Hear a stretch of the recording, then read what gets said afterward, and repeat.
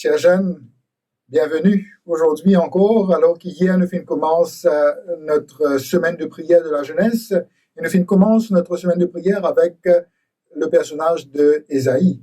Et nous trouver comment bon Dieu transforme la vie. Aujourd'hui, nous pourrons guetter un autre personnage encore, et pour guetter ce personnage, nous pourrons dans l'évangile de Jean. Jean, qui tient être connu comme une personne qui tient un caractère. D'ailleurs, il s'appelle les fils de tonnerre. Mais au final, quand il vient rencontrer Jésus-Christ et quand il vient mort ensemble avec Jésus-Christ, cela vient pour transformer, pour changer, et pour appeler à ce moment-là le disciple de l'amour.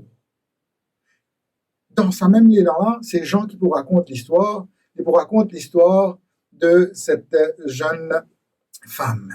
Avant qu'il nous raconte l'histoire de cette jeune femme, pour une personne qui vous connaît de mes parents pour bien apprécier, pour capable de demander de mes parents le nom de sa personnage-là. Donc, il appelle Mike Brandt. Un chanteur qui tient la réussite devant lui. Un chanteur qui tient la réussite devant lui, qui est international. Tout le monde s'y connaît. Mais malheureusement, un jour, nous pouvons trouver mort. Et quand nous pouvons faire l'enquête, nous pouvons trouver qu'il fait un suicide. Qui tient là, dans son équerre? Personne ne t'y connaît. Pourtant, il est joyeux, il est heureux. Il tient la joie autour de lui. Mais à l'intérieur de lui, il y a un vide. Il est angoissé. Il y a une angoisse. Et il n'est pas fait capable de deal avec cette angoisse-là.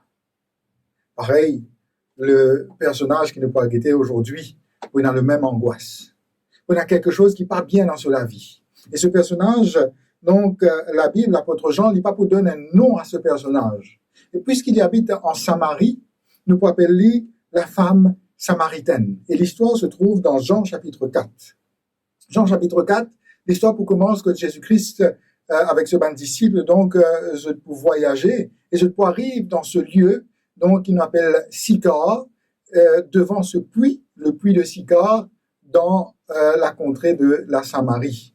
Et dans ce lieu-là, c'est pour environ midi, Jésus pour dire à ce disciple, al de la nourriture, moi, je pourrais ici, je pourrais reposer sur le puits de Sychar. Et c'est à ce moment-là qu'il est pour rencontrer la femme samaritaine. Cette femme qui pouvait chercher de l'eau dans un l'air qu'aucune femme ne pouvait chercher. D'ailleurs, une femme qui peut chercher de l'eau, soit grand matin, très tôt le matin, soit très tard le soir, que pas gros soleil. Mais là, la femme pouvait là seule. Il y a un problème avec sa madame-là. Jésus-Christ commence sa conversation avec lui et il commence à demander, il dit comme ça, donne-moi de l'eau à boire. Et la femme peut dire comme ça, mais comment toi, un étranger, pouvez me demander moi, un samaritaine, toi, un juif, pouvez me demander moi, un samaritaine, de l'eau à boire.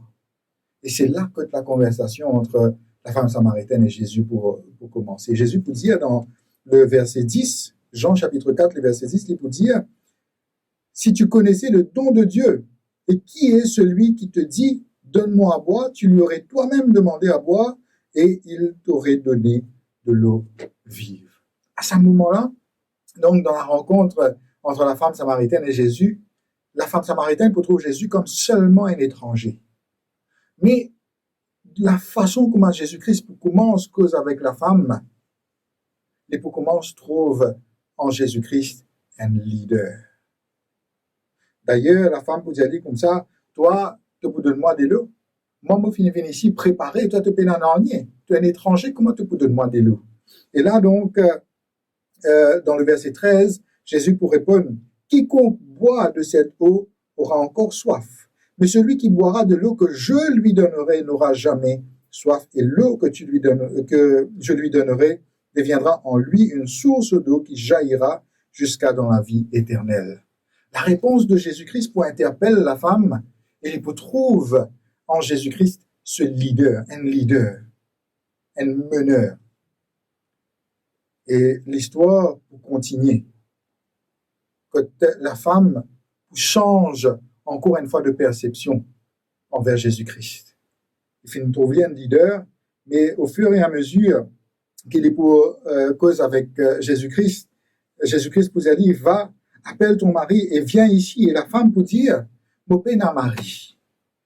Et c'est là que Jésus-Christ vous dit effectivement, te père n'a mari. Tu as 5 maris. Et sa personne avec qui tu peux habiter là, n'est pas ton mari. Un étranger. Une personne qui n'est pas fin trouver. Jamais il fin avec une personne avec qui jamais il fin causer. En plus, un juif qui pas cause avec un samaritain. Il peut dire qu'il y est dans sur les guerres. Et là, il peut dire comme ça, Jésus, sa personnage avec qui il peut causer là, certainement, c'est un prophète. Ça veut dire, d'un étranger, il vient un meneur, d'un meneur, il vient un prophète. Et la chose, pas pour arrêter là. Parce qu'il est pour rendre compte. La femme pour rendre compte que Jésus-Christ n'est pas seulement un prophète, mais il est beaucoup plus que ça encore. Et c'est la femme qui pourrait dire cette phrase dans le verset 20, nos pères ont adoré sur cette montagne, et vous dites vous que le lieu où il faut adorer est Jérusalem. Le verset 21, femme, lui dit Jésus, crois-moi, l'heure vient où ce ne sera ni sur cette montagne, ni à Jérusalem que vous adorerez le Père. Et là, donc, la femme, pour rendre compte qu'il n'est pas cause avec seulement un prophète, elle lui pose cette question, le verset 25. Je sais que le Messie doit venir, celui qu'on appelle le Christ. Quand il sera venu, il nous annoncera toutes choses. Et Jésus, pour faire cette révélation à ce moment-là, Jésus dit à lui, je le suis, moi qui te parle. Je le suis, moi qui te parle. Et là, il pourra rendre compte. Ce n'est pas un simple homme avec qui il peut causer, c'est le Messie, le Sauveur, celui qui doit venir et celui qui est capable de délivrer lui. Et c'est à ce moment-là que la femme pourrait sentir sa délivrance là dans sur les guerres. Il peut sentir libéré, libre. Et il n'est pas pour sentir sa vide qu'il est dans sur les guerres là, parce que Jésus-Christ pour remplir sa vide là avec sa bénédiction, avec sa présence. Il peut donner à la femme une raison de vivre. Et c'est là que la femme, pour quitter ce lieu-là, elle peut galoper, elle peut vers le village de Sychar, et il peut dire à tout le monde, vinget un dimon qui me dit à moi, qui m'a à l'intérieur de moi, qui l'angoisse qui m'a à l'intérieur de moi. Comment est-ce qu'il me peut vivre le fardeau de ma vie? Et il finit délivrer moi. Et c'est à ce moment-là que la femme samaritaine, cette personne qui est loin avec toute chose, cette personne qui n'est pas considérée par les autres, c'est lui qui peut sauver le village. C'est lui qui peut sauver les habitants de ce village. Parce qu'il bon Dieu pour remplir cette femme de sa présence. Bon Dieu pour combler ce vide, le vide de sa vie. Peut-être qu'il était au bord du suicide. Peut-être que c'est l'angoisse qui peut faire de lui une personne paria, une personne qui est loin avec la société. Et puisqu'il bon Dieu finit rempli, sa vie-là finit être remplie, finit être comblée. Et bon Dieu est capable de faire ça pour toi aussi aujourd'hui. Moi aussi, je ne passe pas là. Moi aussi, dans mon vie, je me sens vide. Mais je finis rencontrer Jésus-Christ. Et Jésus-Christ fait une chance de la vie. À nous prier. Papa qui est dans les ciels, il y a beaucoup de monde qui peut écouter toi aujourd'hui. Il y a beaucoup de monde, pareil comme cette femme samaritaine, qui sentit ce vide par rapport à quelques situations de la vie. Demande-toi qui est capable de remplir de ta présence. Et remplis Père, de cette eau qui ne tarit jamais. Et fais une source de vie, afin qu'ils soient aussi capables d'aller vers les autres pour partager cette bénédiction qui te finit dans les autres. Nous prions toi dans le nom de Jésus. Amen. Viens à moi, mon enfant. Pourquoi aurais-tu peur de ton Père? Car mes bras sont grands ouverts. Je suis là, je suis là. Oui, je vois les larmes dans tes yeux. Je comprends ta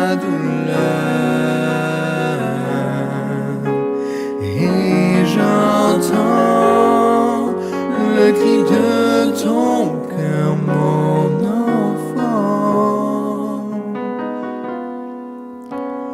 Mon amour te consolera, car je t'aime infiniment. Alors mets ta confiance en moi, car tout ce que je dis est vrai. Je ne t'abandonnerai jamais. Viens à moi, mon enfant. Viens à moi. Pourquoi aurais-tu peur de ton père? Car mes bras sont grands ouverts. Je suis là, Je suis là.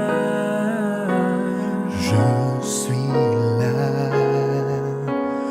Oui, je vois les larmes dans tes yeux. Je comprends ta douleur et j'entends le cri de ton cœur, mon enfant. Mon amour te console, car je t'aime infiniment. Alors mets ta confiance en moi, car tout ce que je dis est vrai. Je ne t'abandonnerai jamais. Je ne t'oublierai pas. Je te prendrai dans mes bras. Je te relèverai. Je te relèverai. Je te relèverai.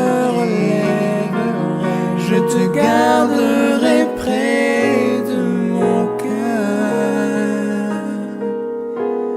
Viens à moi.